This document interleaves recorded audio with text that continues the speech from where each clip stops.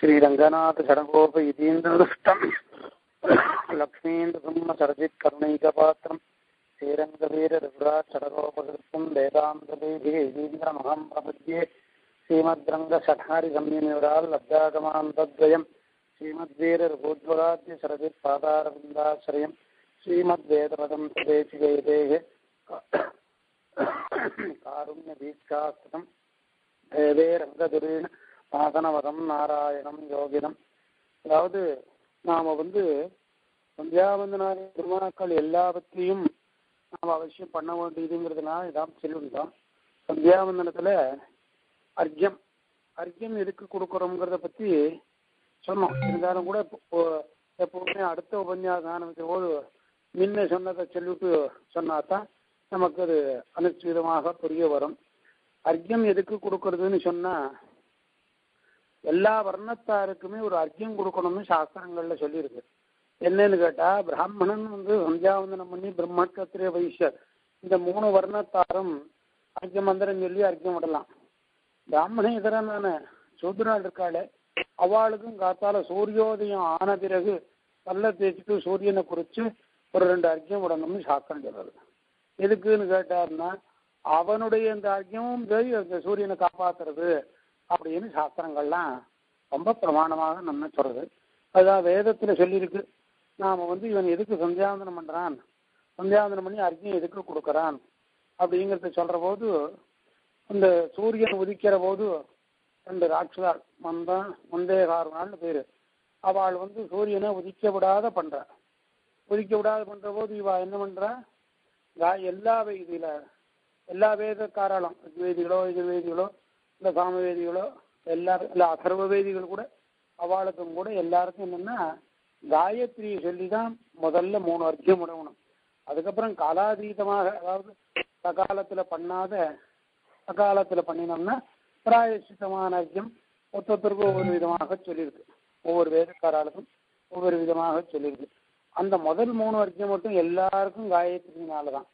அந்த காயத்ரியை அபிமந்திரணம் பண்ணி என்ன பண்றதுன்னா, வேதாத்தியனம் பண்ற வேதத்துல சொல்றது, எதிர்வேதத்துல காயத்ரியா அபிமந்திரித்தேன அம்பசாமியந்தி அப்படின்னு இந்த காயத்ரி அபிமந்திரணம் பண்ணி ஜலத்தை விடுறதுனால அந்த தேவதைகள்லாம் ரொம்ப சாமியம் சந்தோஷத்தை அடைகிறார். அது மட்டும் இல்லை, ஆப ஊர்துவம் விக்ஷிபந்தி, இந்த ஜலத்தை குதிகால பூமியில படாத நின்றுதான் அர்க்கியம் கொடுக்கும். திஷ்டன்னேவ காலத்திலேயே திஷ்டன்னேவ அர்க்கியம் தத்யா, 3 காலத்திலையுமே நின்றுண்டு அர்க்கியம் கொடுக்கணும் அப்படின்னு சவுனகருடைய வாக்கியம்.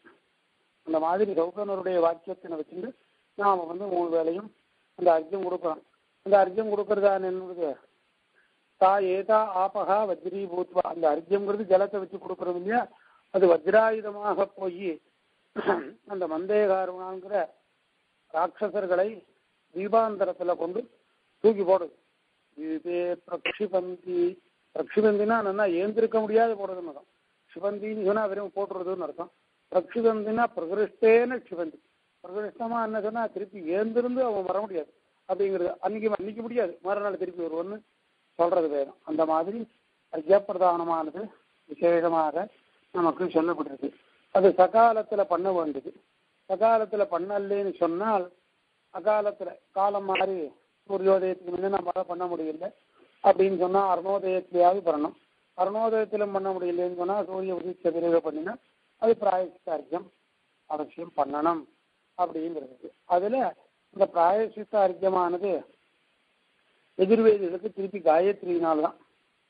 சாமவேதிகளோ ருக்வேதிகளுக்கோ வேற மந்திரங்களே சொல்லி அந்த மந்திரத்தினால இவனுக்கு அர்க்கியம் 4வது அர்க்கியத்தை கொடுக்க வேணும் அப்படின்னு சொல்றார். அது மாதிரி சொன்ன பிறகு ஒரு தீர்த்தத்தை எடுத்து நம்ம ஆத்ம பிரதட்சணம், சில சந்தியாவந்தனத்துல மாத்திரம்தான் ஆத்ம பிரதட்சணம். ஆத்ம பிரதட்சணம்னா நம்மையே நாம சுத்தக்கூடியது. 3 தடவை சுத்தம். எப்பப்பன்னு சொன்னா, இந்த அர்க்கியப்பிரதானம் ஆன உடனே ஒரு தடவை, அப்புறம் சந்தியோபஸ்தானம் பண்ற போது 2 தடவை, இப்படி 3 தடவையும் ஆத்ம பிரதட்சணம் பண்ணணும். பாக்கி சமயத்துல ஆத்ம பிரதட்சணம் பண்ணக்கூடாது. நம்ம ஸ்மார்ட்டாலாம் கூட பூஜை பண்ற போதெல்லாம் கூட பண்றான். அதுக்கு சாஸ்திர விகிதமான ஒரு காரியங்கள் இல்லை அப்படின்னு தோன்றது. அந்த மாதிரி நாம பண்ணிட்டோன்னா அதுக்கப்புறம் என்ன கேசவாதி தர்ப்பணங்கள் பண்ண சொல்லுது. எதுக்கு கேசவாதி தர்ப்பணம் பண்ணணும் போருமே? இதில் என்னன்னு கேட்டால் மார்த்த சம்பிரதாயம் தெலுங்கு சம்பிரதாயத்திலலாம் இந்த கேசவாதி தர்ப்பணங்கள் கிடையாது. மார்த்தாளில் நவகிரகம் அதுக்கப்புறம் இந்த கேசவாதி தர்ப்பணங்கள் பண்ணுறான். இந்த கேசவாதி தர்ப்பணம் எதுக்குன்னு சொன்னால் அந்த கேசவன் திருப்தி அடைஞ்சான்னா கேசவன் நாராயணன் மாதவன் அப்படி இந்த 12 நாமாக்கள் இருக்கு. அவளை திருப்தி பண்ணினா என்னன்னு கேட்டால் உலகத்துக்கு வேண்டிய நம்மளுடைய நிச்சயத்துக்குடைய என்னென்ன சௌரியங்கள் வேணுமோ அந்த சௌரியங்களை இவாளுக்கு இந்த ஒரு தீர்த்தத்தை விடுறதுனால திருப்திப்பட்டு நமக்கு எல்லா சௌரியங்களையும் பண்றா அப்படின்னாவே இருக்கு. அந்த மாதிரி நாம் அது எதுக்கு அப்படி பண்ணினா என்ன ஆகும்? நமக்கு வேண்டிய இங்க இருக்கக்கூடிய சமயத்துல என்னென்ன வேணுமோ, அதாவது கிரக கிருத்தியங்களுக்கு ஒரு நல்ல காரியங்களுக்கெல்லாம் என்ன வேணுமோ அது கிடைக்கிறது அப்படின்னு வாக்கியம். அதனால தான் கேசவாதி தர்ப்பணங்கள் அவசியம் செய்ய வேண்டும் அப்படின்னு இருக்கு. அதனால அதை பண்ணி அதுக்கப்புறம் ஆச்சவனம் பண்ணிவிடும். ஆச்சவனம்னா இதோட ஒரு காரியம். அதாவது சந்தியாவந்தனத்துல 2 பாகம்னு சொன்னா அர்க்கிய பிரதானம் கேசவாதி தர்ப்பண பரியந்தம் ஒரு பாகம், அதுக்கப்புறம் ஜபம்ங்கிறது ஒரு பாகம். நான் ஆன்மீகத்துல கூட ஐங்கர் எழுதுகிற போது 27ஆம் மட்டம் ஐங்கர் இந்த ஐங்கருடைய எழுதுகிற போது கூட இதுக்கு மேல ஜப விதி அப்படின்னு தனியாக போட்டு நமக்கு சொல்லி கொடுக்குறார். அந்த ஜப விதிகளுக்கு முன்ன என்ன பண்ணா இத்தனையும் பண்ணினதுக்கு பிறகு பண்ணிட்டு இது கூட ஒரு தடவை சாத்விக தியாகம் பண்ணணும்னு சில மகான்களுடைய அபிப்பிராயம் உண்டு. என்ன கேட்டால் காத்தால சந்தியாவந்தனத்தை பூர்த்தியா பண்ணின பிறகும் இது பண்றது அது பாருங்க சாத்விக தியாகம் பண்றோம். இந்த நடுப்புற இதோட ஒரு கர்மா முடிகிறது. இதுக்கப்புறம் அதாவது தியாகாதி கர்மாக்கள் என்னன்னா ஒவ்வொரு கர்மா முடிஞ்சோடனே ஒவ்வொரு கர்மாவுக்கு அடுத்த கர்மா வேற மாதிரி ஆரம்பிக்கும். அந்த மாதிரி பண்றோம். இந்த கேசவாதி தர்ப்பணங்கள் முடிஞ்ச உடனே ஜபம் பண்றது அடுத்த விதி. அதனால அந்த விதிக்கு இதுக்கும் நடுப்புற ஒரு சாத்விக தியாகம் கூட பண்ணலாம்னு சில சிஸ்டர்களுடைய அபிப்பிராயங்கள்ல இருக்கு. 12 வர அந்த மாதிரி நமக்கு இது ரொம்ப அனுகூலமாக பண்ணி கொடுக்கறது பண்ணிடும். அந்த மாதிரி கேசவாதி தர்ப்பணங்கள் பண்ண வேண்டும். இன்னும் கொஞ்சம் இப்ப என்ன கேட்டா சத்த இன்னும் கொஞ்சம் 2-3 நாளா கொஞ்சம் உடம்பு முடியாததுனால கொஞ்சம் புத்தகங்கள் பார்க்கல, இன்னொன்று எடுத்து வச்சுட்டு பார்த்துட்டு சொல்லணுங்கிறதுனால தான் நான் கொஞ்சம் இதுவா இந்த சந்தியாவந்தனத்தை நமக்கு எதுக்கு பண்ண வேணும், அதாவது எந்த கர்மா பண்ணினாலும் அந்த சந்தியாவந்தனம் பண்ணத்தினால யாரு பிரீதி அடைகிறார்னார்? சர்வகர்ம சமாராத்தியம் சர்வகர்ம பலப்பிரதம் சர்வாந்தர்யாமினம் பிராஜ்யம் ஸ்ரீகிருஷ்ணம் சர்வதா பஜே. இந்த சந்தியாவந்தனம் பண்றதுனால யாரு ஆராதிக்கப்படுறான்? நம்மளுடைய சம்பிரதாயத்துல எல்லாமே பகவான் ஆராதிக்கிறோம் தானோ. சர்வகர்ம சமாராத்தியம் இது பாக்கி பேர்ல இதை சொல்லிட்டு இருக்கா.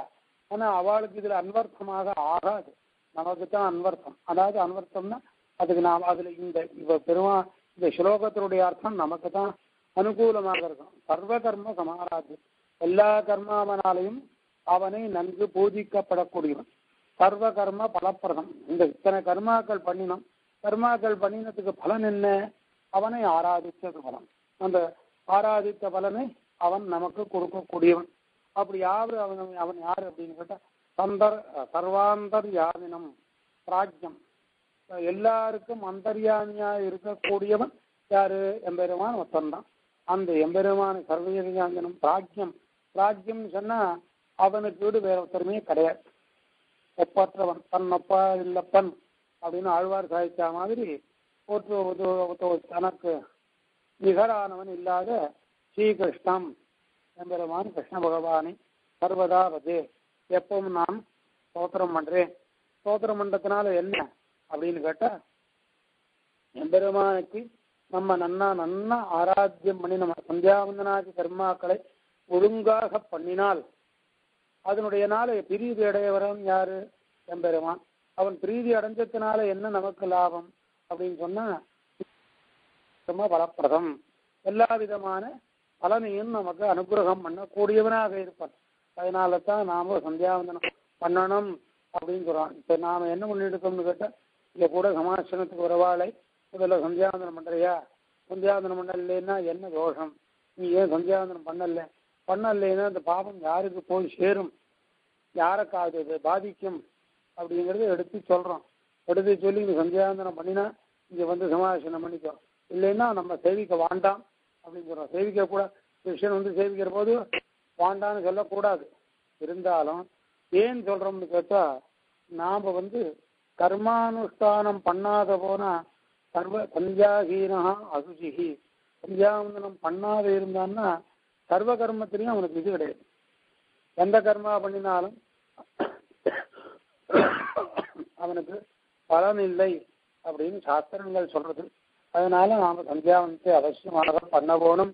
அப்படிங்கிறதுனால சந்தியாவந்தனுடைய முதல் பாகமாக, அதாவது ஒரு பாகம், அந்த பாகமாக ஆகமனத்திலிருந்து ஆரம்பிச்சு ஆகமனம், பிராணாயாமம், சங்கல்பம், இது தீர்த்த புரோக்ஷணம், தீர்த்த பிராசனம், புனகா புரோக்ஷணம், திருப்பி மறுபடியும் புரோக்ஷணம், அர்க்கியதானம், காலாதீத அர்க்கியதானம், கேசவாதி தப்பனம், இப்படி ஒரு 5-6 கர்மாக்களை சேர்த்து ஒரு பூர்வ பாகம். பூர்வ பாகம்னு சொன்னா முதல்ல செய்ய வேண்டியது பாகம். அடுத்தது ஜபவிதி. ஜபவிதியை கொஞ்சம் உடம்புனுடைய சுமத்தினால அடுத்த வாரத்துல நன்னாக சொல்றேன். இப்போ காமெடி தான் இன்னைக்கு சொல்லிருக்கேன், அடுத்த வாரத்துல நன்னா சொல்றேன். எல்லாரும் இதை அனுஷ்டிச்சு நல்ல கதி அடையணும்னு தான் நம்மளுடைய அபிப்பிராயம். வேற எதுவும் நமக்கு ஒன்றும் இது பண்ணல. அவசியமாக எல்லாரும் பண்ண வேண்டியது. நாராயணா. அடுத்த வாரத்துல கேட்க சொல்லலாம். ஹலோ, அடுத்த வாரம் இதில் சம்சயங்கள்லாம் இருந்தால் அடுத்த வாரத்தில் சொல்லுவோம். அடுத்த வாரத்துல இருந்து நாராயணா.